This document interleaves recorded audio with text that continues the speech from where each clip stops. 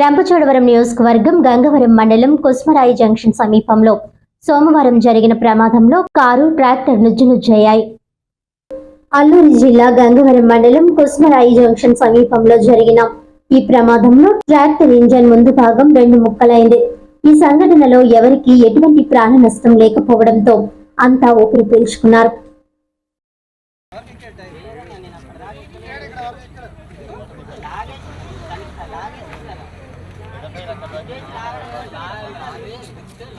Front కొట్టాడా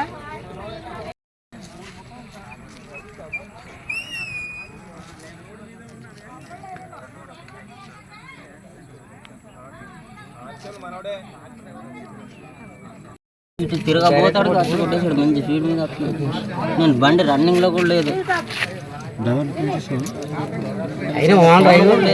phone ఇంటి నుంచి వస్తున్నాను వైట్ లైన్ దగ్గర ఆగాను. ఇటు అటు చూస్తున్నాను బండి కోసం. చూస్తున్నా కూడా ఇటు చూడబోతాడు గచ్చి కొట్టేసాడు.